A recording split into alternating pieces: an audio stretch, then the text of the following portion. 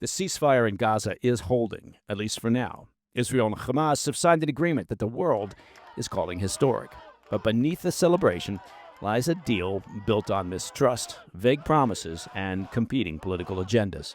I'll reveal the pressure points that could make this ceasefire short-lived.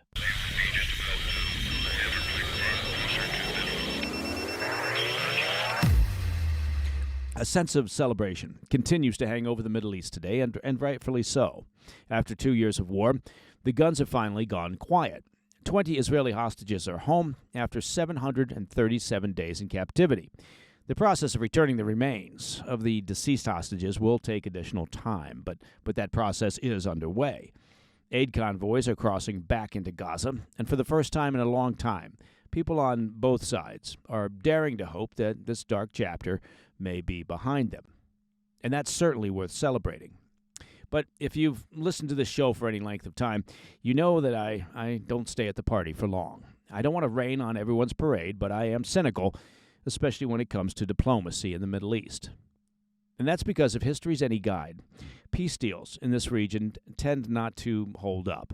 They collapse because of distrust, layer upon layer of it, built up over many decades.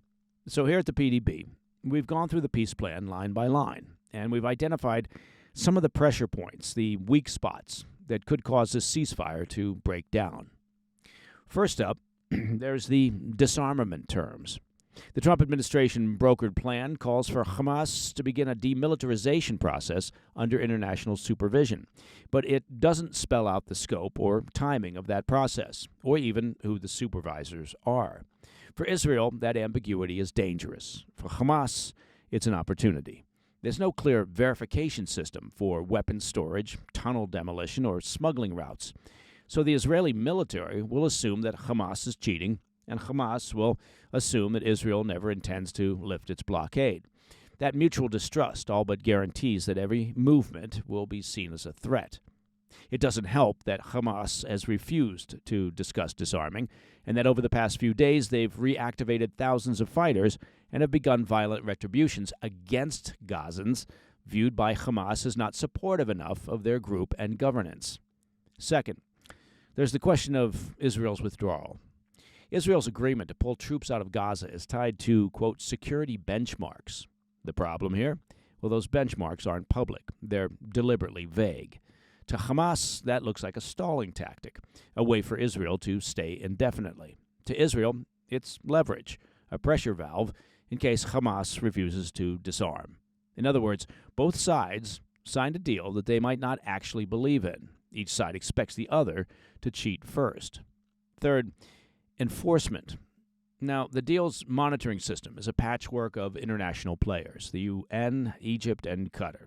Each will oversee a different aspect of the ceasefire, from aid distribution to border control. But none of them have real enforcement authority. If rockets fly tomorrow, there's no ceasefire police to stop them. There's just finger-pointing and press conferences, condemnations, and eventually a return to conflict. And here again, we turn to the issue of trust. Israel doesn't trust the UN, Hamas doesn't trust Egypt, and Qatar is specialized in playing both sides against the middle. So the question isn't whether violations will happen. It's whether anyone will believe the explanations when they do. Fourth, well, the question of what happens inside Gaza itself.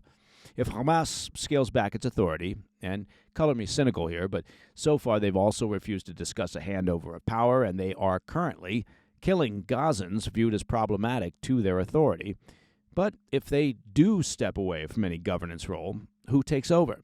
The Palestinian Authority has been out of Gaza since 2007 and has almost no credibility there. The population doesn't trust them, and international donors aren't eager to hand them the keys either.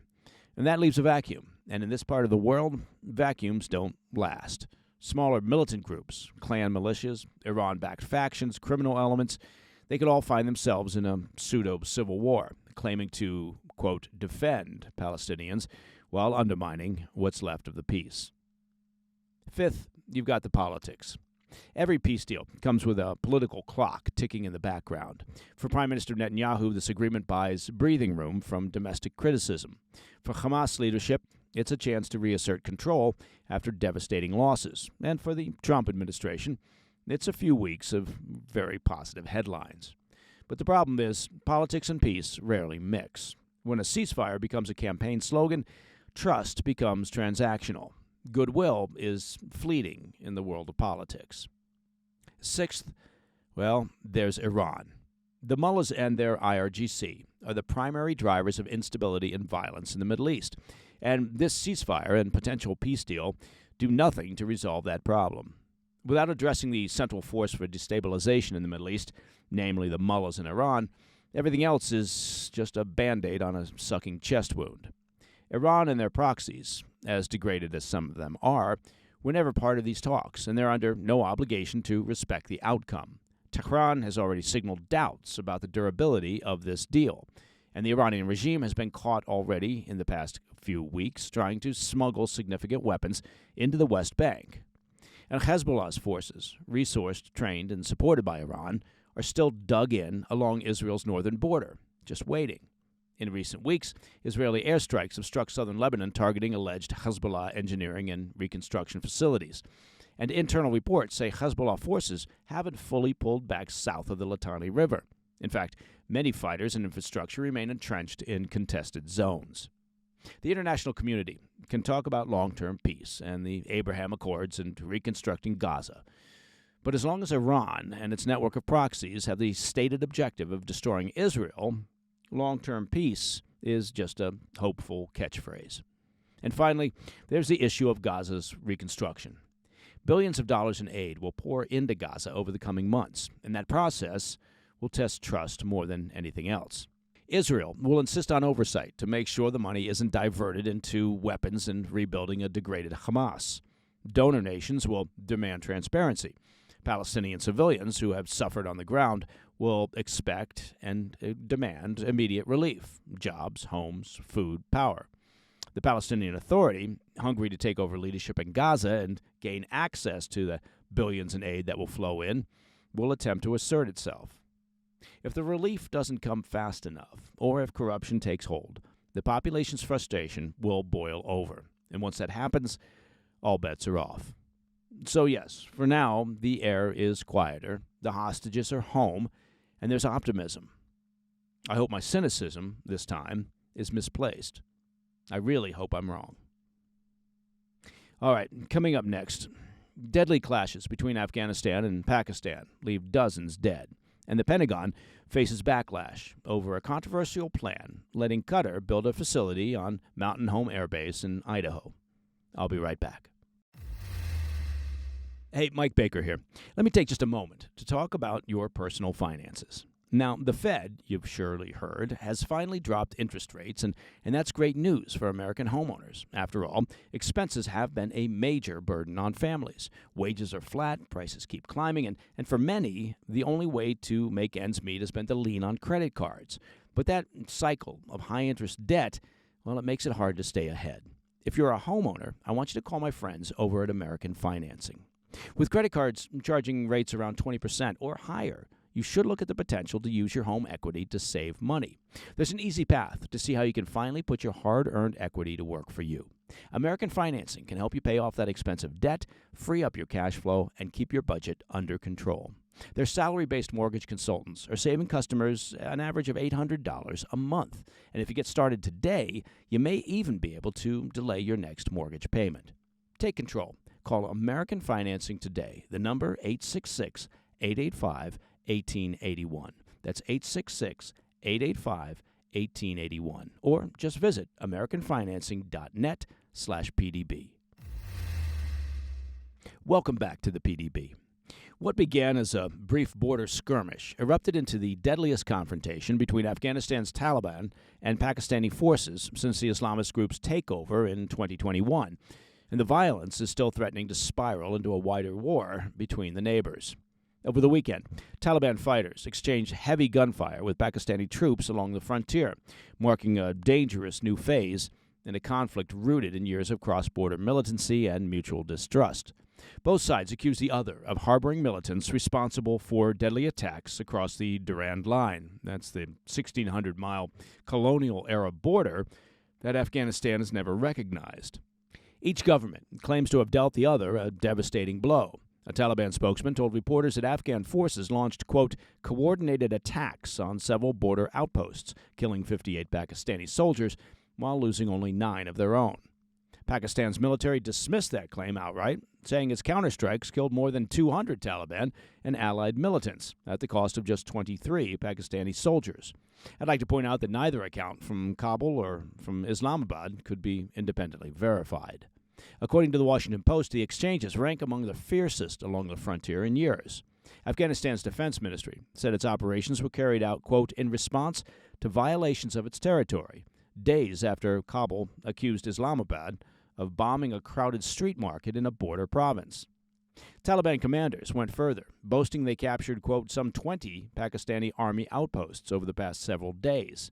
Meanwhile, Pakistan countered that its forces temporarily seized control of 21 Afghan positions, claims by both sides, again, not able to be independently verified.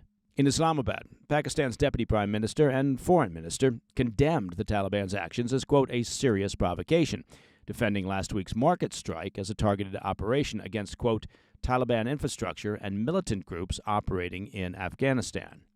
As the border skirmish carried on, Kabul appeared to soften its tone after urgent appeals from regional mediators.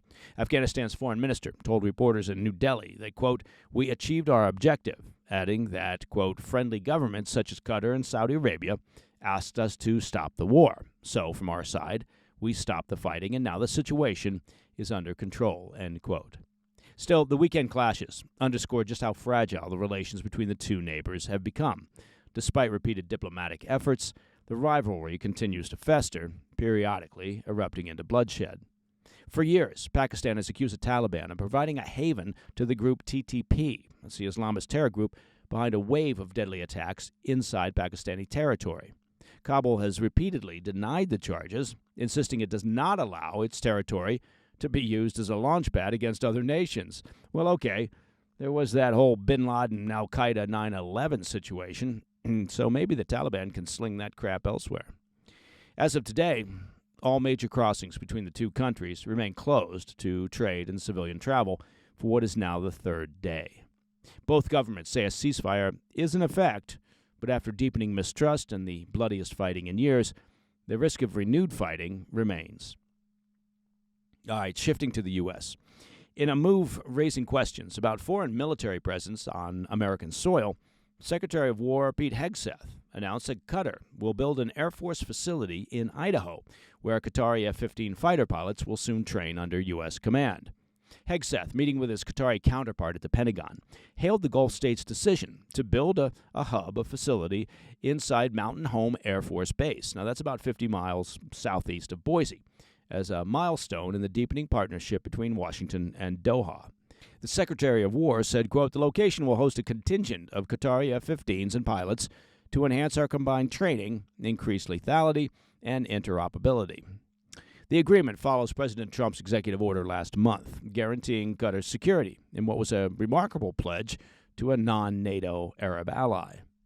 It comes just weeks after Israeli airstrikes in Doha targeted Hamas ceasefire negotiating officials, raising further questions about Qatar's balancing act as a host to Hamas leadership, a Gaza war mediator, and a U.S. partner.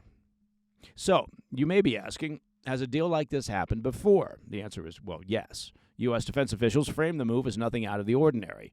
One Pentagon official described it as, quote, routine, noting similar American base arrangements exist with Germany and Singapore.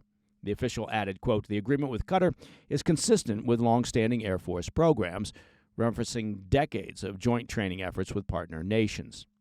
Hegseth, in his meeting at the Pentagon, went out of his way to praise Qatar's, quote, substantial role in helping broker the ceasefire and hostage swap between Israel and Hamas, and for assisting U.S. operations during the June strikes on Iran's nuclear sites, highlighting the alliance.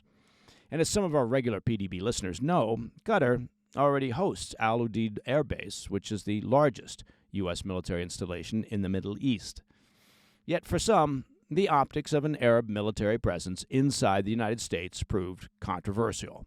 Trump ally and conservative activist Laura Loomer called the decision, quote, outrageous and, quote, a betrayal in a string of posts on X following the announcement. And, of course, For all my foreign policy, national security, and military strategy guidance, I turn to the enormously experienced Laura Loomer. And for that, I nominate myself for today's PDB Facetious Statement of the Day Award. In a post on X of his own, Hegseth stressed, quote, there will be no Qatari-owned basing in the U.S. He said the partnership was a, quote, continuation of long-standing cooperation with F-15 QA aircraft. Axios later reported that a U.S. defense official familiar with the deal emphasized that the facility will be fully integrated into Mountain Home's existing operations, supporting joint training, logistics, maintenance, and most notably, not functioning as an independent base, of course. As it turns out, the Idaho project has been years in the making. A 2022 environmental assessment published under the then Biden administration examined the, quote, potential impacts associated with the bed down of a U.S.-led Qatari Emiri Air Force F-150 QA squadron, end quote.